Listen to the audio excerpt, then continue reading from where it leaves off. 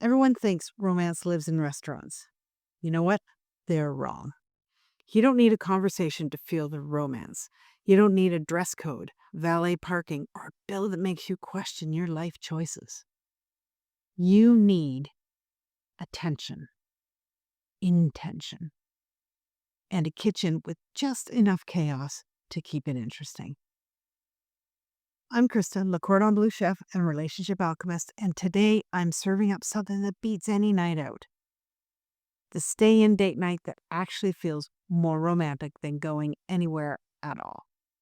Because here's the truth. Love doesn't need a location. It needs participation.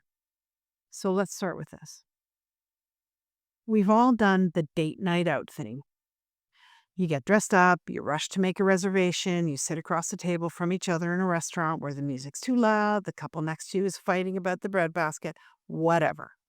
You scroll, you check the menu, you sip your drink, and you realize you're together but not connected. It's easy to think the answer is more nights out, fancier restaurants, better wine lists, but you can't buy your way to intimacy. You can't order connection off a menu because restaurants are designed for food service, not emotional service. They feed you, they don't deepen you. Now compare that to cooking together at home. You walk into the kitchen, the lights are a little low, the music softly looping, the smell of garlic in the air. You're barefoot. You're both laughing because someone forgot where the fucking corkscrew went again.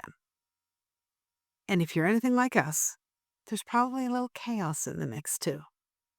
Billy loves that I roll with the punches.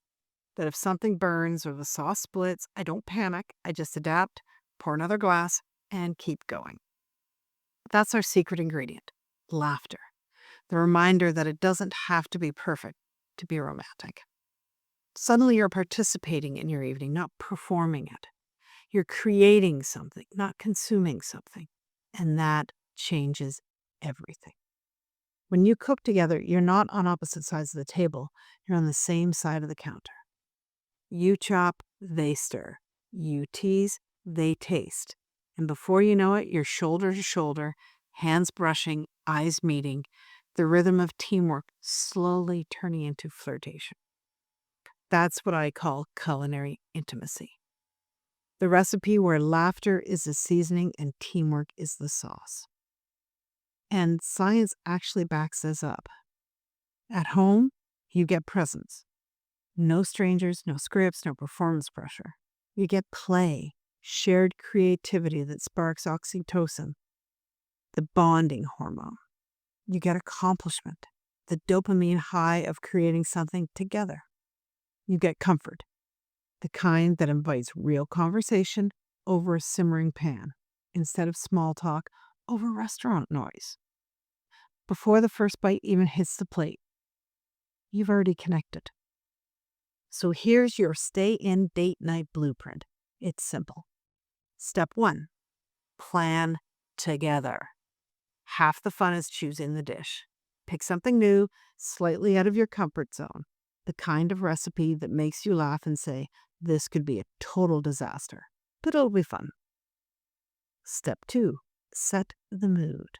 Turn off the overhead lights, light candles, put on a playlist that makes you feel like you're in a European cafe or a jazz bar or a beach shack in Italy. Whatever matches your flavor of romance.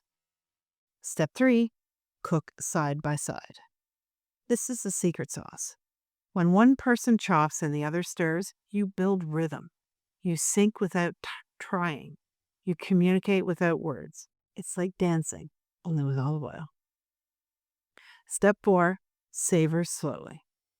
No couch, no TV. Sit at the table. Taste what you made together like it's an event, because it is.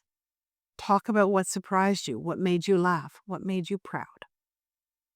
Step 5, end with connection. Ask each other, what was your favorite moment tonight? That one question turns a meal into a memory. And if you want to take this even further, that's exactly what my Chef's Kiss date night adventures are designed for. Every month, you'll get a full romantic cooking experience. The recipe, the shopping list, the playlist, the conversation cards, everything you need to turn dinner into desire. It's not therapy. It's not relationship homework. It's pleasure with a purpose. You learn to cook, you learn to laugh, and you remember what it feels like to be a couple again, not coworkers with joint bank accounts. So remember this. Romance isn't something you schedule. It's something you create. And you don't create it by escaping your life. You create it by bringing beauty into it. So skip the reservation, cancel the Uber, light your own candles, and turn on your own playlist. And taste the life you've built together. Because sometimes the most romantic place in the world is the kitchen you already share. I'm Krista Melanson, the relationship chef. Not everyone's flavor.